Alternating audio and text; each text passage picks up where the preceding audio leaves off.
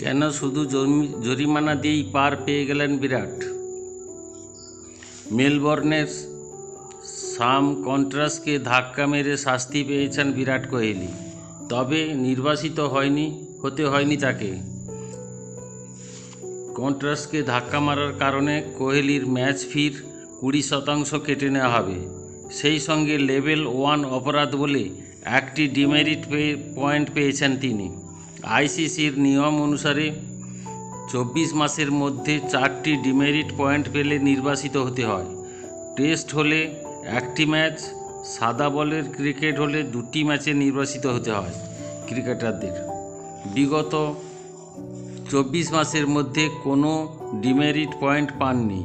আগামী 24 মাসের মধ্যে তিনি আরও 3টি ডিমেরিট পয়েন্ট পেলে নির্বাসিত হবেন।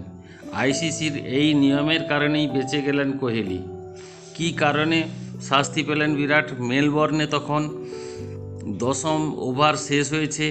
মোহাম্মদ সিরাজ সেই ওভার শেষ করার পর দিক পরিবর্তন করার জন্য হেঁটে আসছিলেন কোহলি।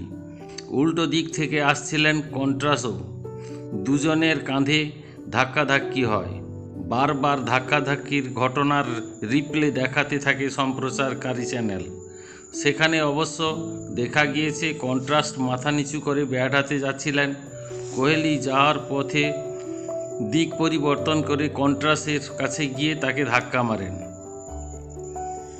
ভিডিওটি ভালো লাগলে লাইক, শেয়ার ও সাবস্ক্রাইব করবেন।